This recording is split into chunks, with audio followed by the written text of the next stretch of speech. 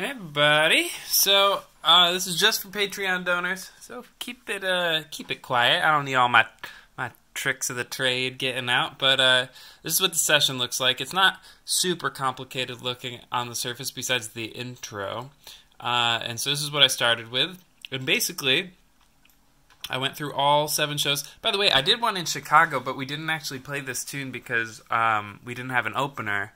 And so there was no way to do all 8 parts, which is kind of a bummer because that's the only one that I didn't get to include. But anyway, so I went through all the other 7 that I did last year. And I listened to them all, and the LA one was really fast compared to everything else. I don't know what that says about LA musicians, but it was great. You know, it moved along, and it was definitely my favorite interpretation of the piece. The tempo was a lot steadier than any of the other ones, and so I decided to keep that one as basically the guideline. And so you can see it's pretty much unedited. I think this is just the applause break at the end, making sure those lined up.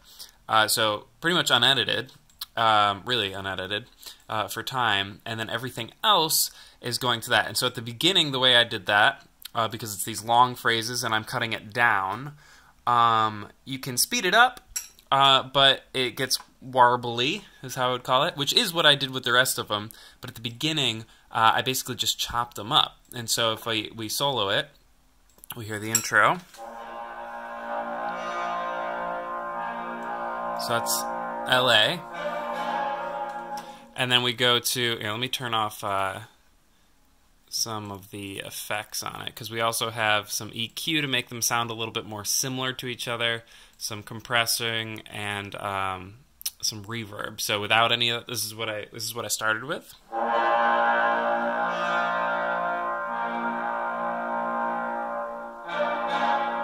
Okay, and now we go to Atlanta, and we'll turn off the effects here too. And it started with this. Is it going to let me do it? Oh, it might. Okay, here we go.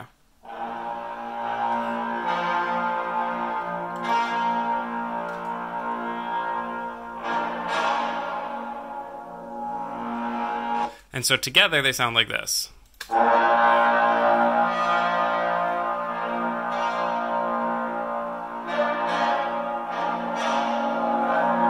Right? Super not lined up. And you can actually see in the waveform, bum, bum, bum, bum, right? And so what I did is I cut it up in these little pieces, and you can see the fades on each of them. And so each bum, bum, bum, bum, bum, each one is exactly placed, and we fade in right before the move. So let's listen to just that part. Take off the panning as well. So this is just the second part here.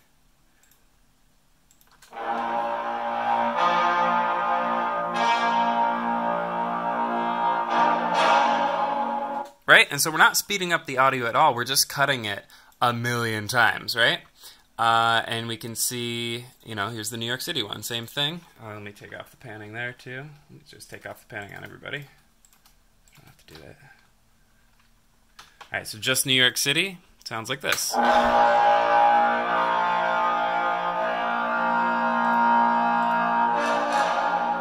Right? Even that one I had to cut. And it really doesn't sound that bad. If I take off the effects here, you might hear a little bit more of these things without the reverb covering up some. Right? Especially right there. This one right here is a little fast. And you miss the decay on this note here. And if we extend it out, that's the tempo we played it, right? Now, I would like to point out Phoenix, because for whatever reason, we played it so slow. It's the worst one for tempo. Again, I'll take off the effect. Well, let's see.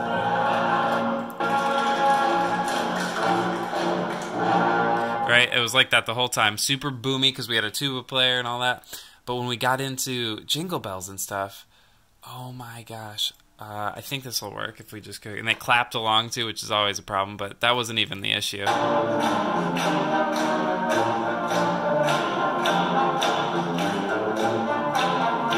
right? Compared to... 2,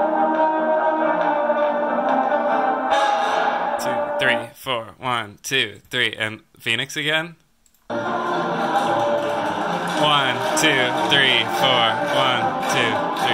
And it just got slower and slower as the night went on. So keeping all that in mind, that's how I did the intro. You can see how I cut it all up. But if we zoom out, you see that there's not many cuts here in the other parts. And that's because I used a different technique for the rest of the piece. It would have been way too much work to do that for all the other parts. And I was not willing to do that. And so I kind of just figured it out as I went. There were things that prevented me from using Atlanta because they had a drum set.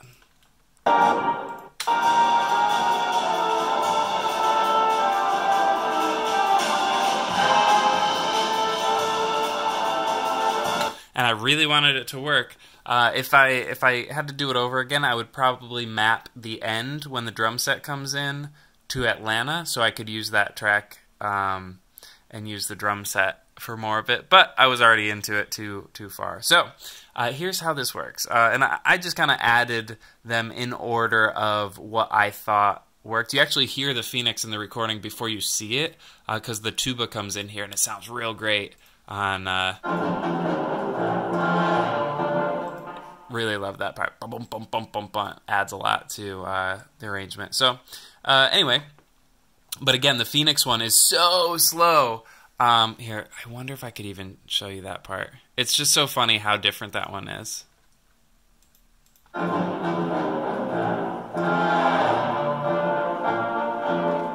Seriously, right?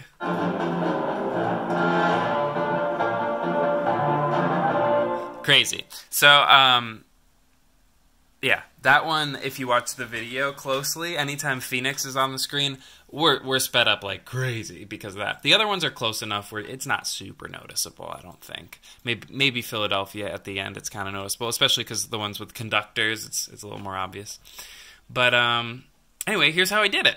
Here's the secrets. So this is Ableton Live software, and it has something called warp mode. You see this yellow button here, it says warp. And if you look at the tempo up here, I wonder if you can see that. Yeah, I think you can. It says 138.23. And if we just go on LA, and I'll solo that track, see it says 142.66. And if I hit play, watch the ticker up here. It's going down. Now it's 139. Now it's 140. It's going up. 141. 140, 139, 138, 137. And if I turn on the click track here, so this is the metronome, and now you'll be able to hear a metronome along with that.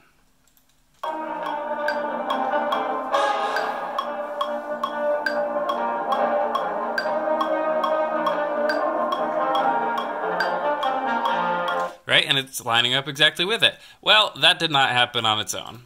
This is what I had to do by hand throughout the whole thing. And so you can see this line down here going all over the place and all those little bubbles.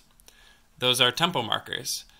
So each one of those bubbles is a tempo change, and you can do things like this, where this whole section goes down to a slower tempo together, or you can move one point down, and so now it slows down as you get there and then speeds up as you go away. And with that, I mapped the entire chart right to the LA track. And so now I have the click track and Ableton, in turn, knowing the exact tempo of that track with a MIDI chart that says this is what tempo it is, this is what bar you're on all the way through, even like the thing at the end here. Let's see if we can play that.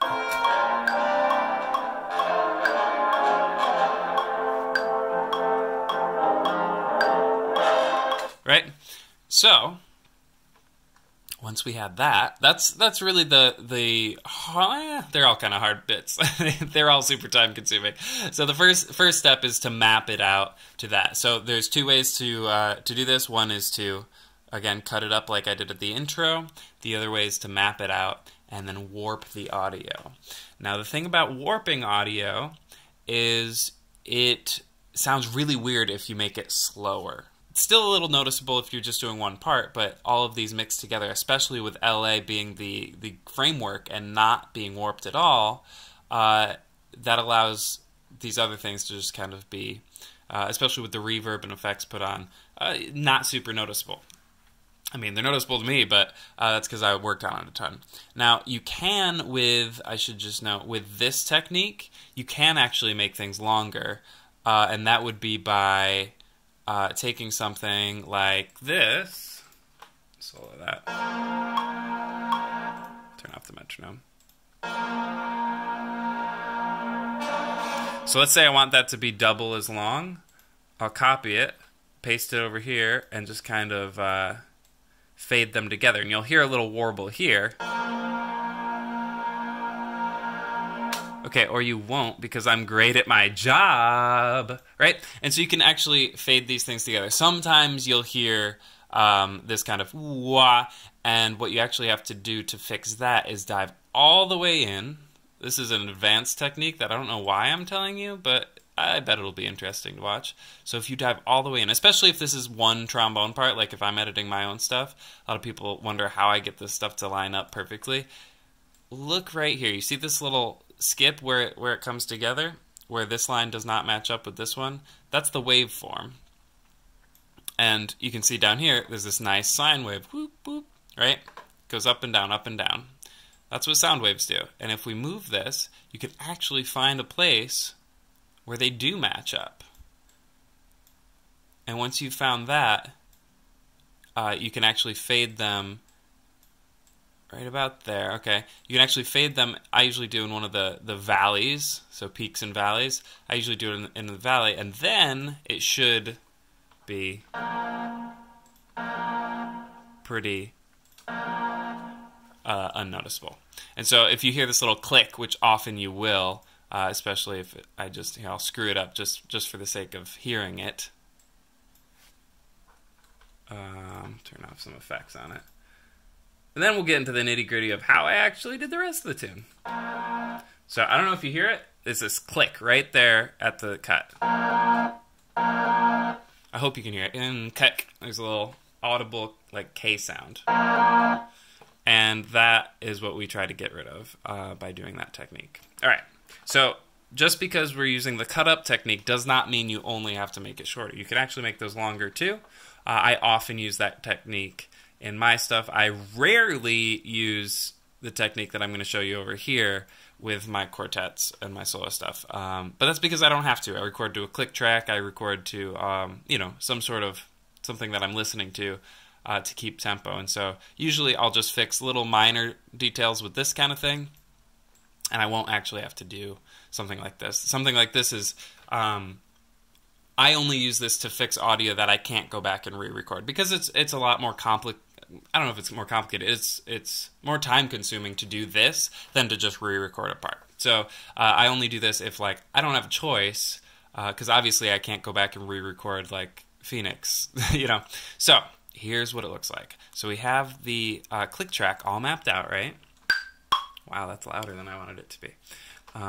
Let's go to Indianapolis.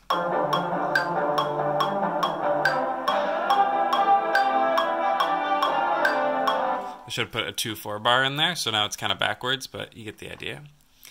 And now, if I jump in here, now we're looking at the inside of this track. And you see these little yellow spacers? See how there's a million of them? Or Phoenix? See how there's literally a million of them? Okay? Every single one of these is moving the audio, warping it to get faster or slower in you could do it in tiny, tiny increments. From, this is half of a beat. I can extend it out for a whole beat. That's actually a 16th note going out to a quarter note, and stuff like that. But like I said, it sounds really weird if you make it longer than it. Like if you slow it down, sounds pretty okay if you speed it up. You'll still hear, especially in Phoenix, because that's the most drastic case. But here, let me play a little bit.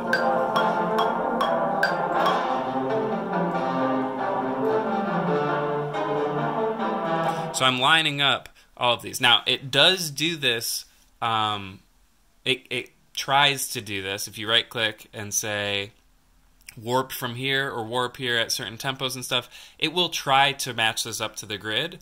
And so I didn't have to do this all by hand, but I did have to do this all by hand because the tempo changes all the way, and it did not get it right. If you just had one part, especially like a drum part, or even more specifically like a cymbal part, like a hi-hat part, isolated, it does a really great job because then all you have is sound and no sound. But this, we have loud sound and soft sounds and a lot of reverb in the room. That's just kind of muddling it up. And so it did a pretty poor job of doing it itself, and I had to go through and do it myself. So I wonder if there's a way I could show you this. Let's pick a different part that has more space. Okay, here's a good spot right here. So this spot, I guess they did a good job of keeping it in time. Let's see what that sounds like. Okay, now if I warp this all the way out, it sounds like this. Right? And we can even do this one, and it'll be twice as slow. And bring it back in. Sounds like this. Let's actually get rid of this one so you can hear the whole phrase.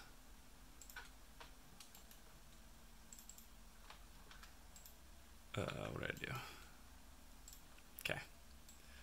So super fast. Right? But what makes this super powerful